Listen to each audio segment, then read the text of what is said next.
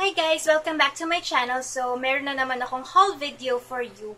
Yung iba dito, pinurchase ko, pero yung iba, pinadala lang nila sa akin. So, umpisahan muna natin sa mga gifts na pinadala sa akin. Una kong ipapakita sa inyo ay yung pinadala sa akin ng Lekani. So, ito siya. Yung Lekani, mga jewelry, yung mga products nila eh. So, yung pinapili nila ako ng 5, and ito yung isa sa mga napili ko. Ang ganda, diba? Affordable yung prices niya. Mura lang to mga accessories na to. I think plated to. If you're interested to buy, maglalagay ako ng link down below kung saang website to nakikita tong mga jewelries na ipapakita ko sa inyo na sinend sa akin ng Lekani. Thank you so much, Lekani, for sending me this. Sobrang gusto ko talaga to. Thank you talaga. I will be making a separate video for this. So, yung next naman na pinili ko is this ring. Ito pang lalaki to.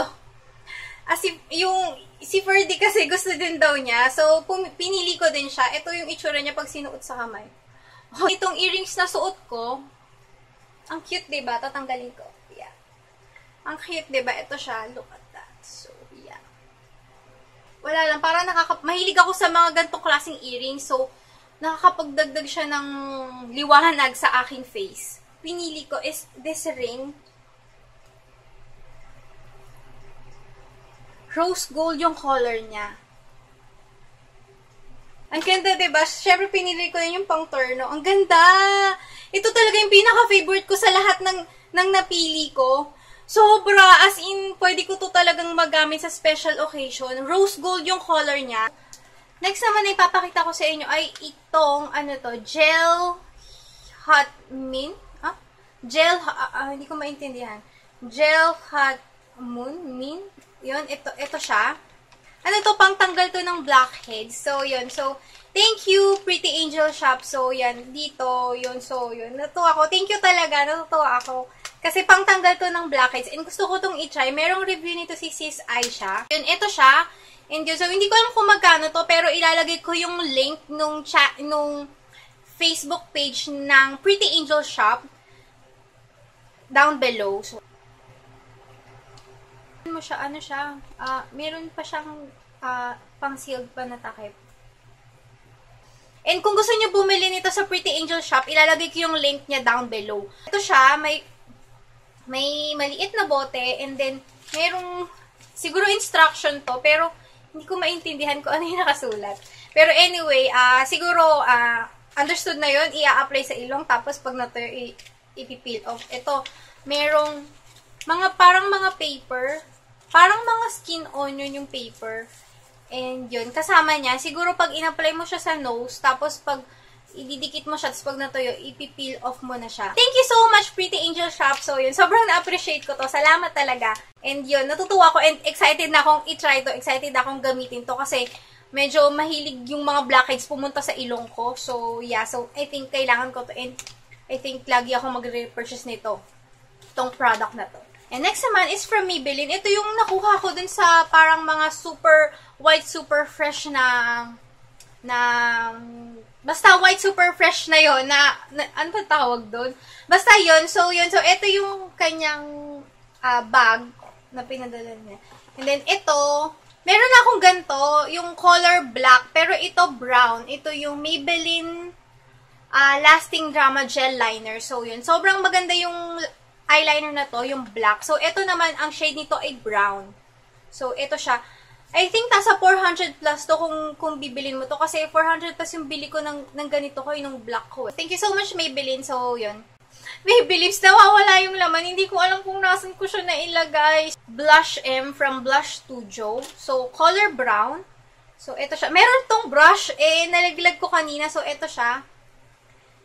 So, yun. So, yeah. Ang color nito ay 06 I Can Kill for Gold. And last na, nalaman nito is itong Maybelline The Falsies. So, hindi ko rin alam kung magkano. Sorry talaga, pero yun. Pero, I think, maganda talaga to, tong mascara na to.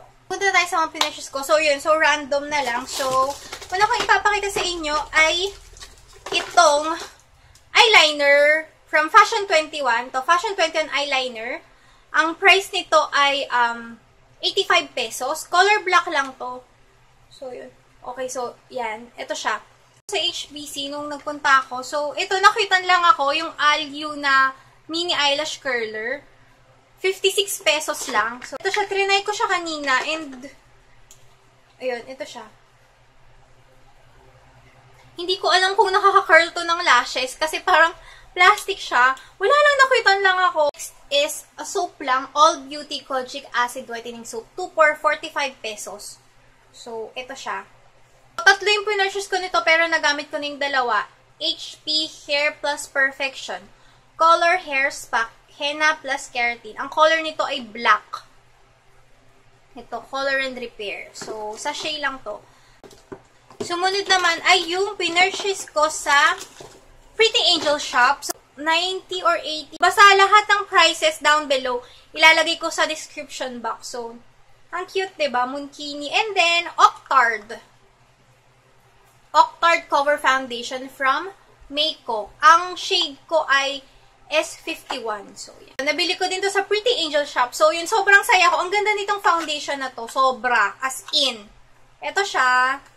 And, ito yung itsura niya. Sa loob. So, sinwatch ko na siya sa kamay ko. Hindi kasi ako makapag-antay. So, yeah. Swatch yun, ang dami. Yung swatch ko, parang ang dami kong kinuha. So, yun. So, kung gusto nyo gumawa ako ng review for this foundation, mag-comment lang kayo down below. Itong Shawil Perfect Powder. So, yeah. Sobrang ano na siya. Gas-gas na kasi overuse na. Lagi ko siyang ginagamit. Halos everyday kong ginagamit to. Pang-contour to. Ang shade ko ay number 3. Una ko tong nakita sa haul ni My Glam Child Jaja. Hi, sis Ate Jaja. Hindi ko alam kung ano itatawag kung sis or Ate Jaja. Kasi baka pag Ate Jaja, baka magalit ka sa akin. Kasi mag-aedad lang tayo. So, pinurchase ko to sa SM. 168 pesos. Hindi siya visible sa face. Pero, nagbibigay siya ng shadow para makontour talaga yung face mo. And, hindi ako yung parang nangingitim dito. Kasi cool tone yung shade niya, cool tone brown siya. Meron siyang malaking mirror and meron siyang sponge yun. Hindi ko ginagamit yung sponge pero hindi ko siya tinatapon. Hinahayaan ko lang siya dito. Ito siya. Okay, so, ito yung swatch niya. Dalawang drawing brows from Etude House.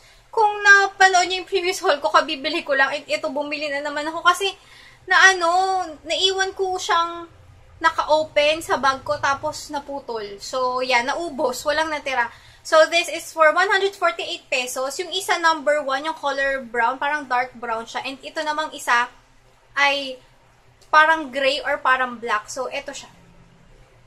Sobrang favorite ko tong drawing brows na to kasi sobrang dali niyang gamitin. Kahit hindi ka pro sa pag-ano ng brows mo, kayang-kaya mo siyang gamitin. So, ito yung shade ng gray.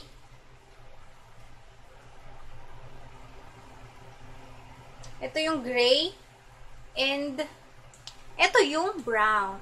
Sorry. Meron siyang brush sa kabilang side na, which is sobrang maganda kasi hindi mo na kailangan magdala ng separate pang comb ng brows.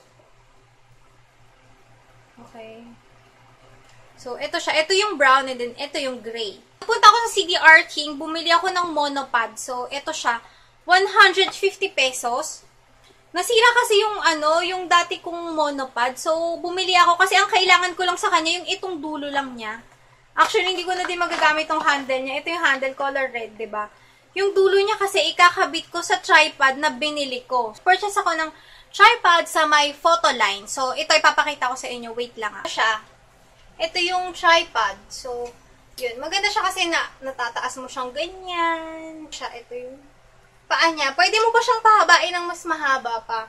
Tsaka, medyo mabigat siya. Tatak niya ay Benro. Ito, Benro na tripod. Ito yung box niya. Bag. May free bag. This is for 3,450 pesos yata kung hindi ako nagkakamali. Basta ilalagay ko yung prices down below. Tignan nyo na lang sa description box. Next purchase naman ay itong wig. Ang ganda, diba? Ang cute. Sorry, nagkagulo-gulo. So, yun. Okay, so ginamit ko to sa sa isang video ko.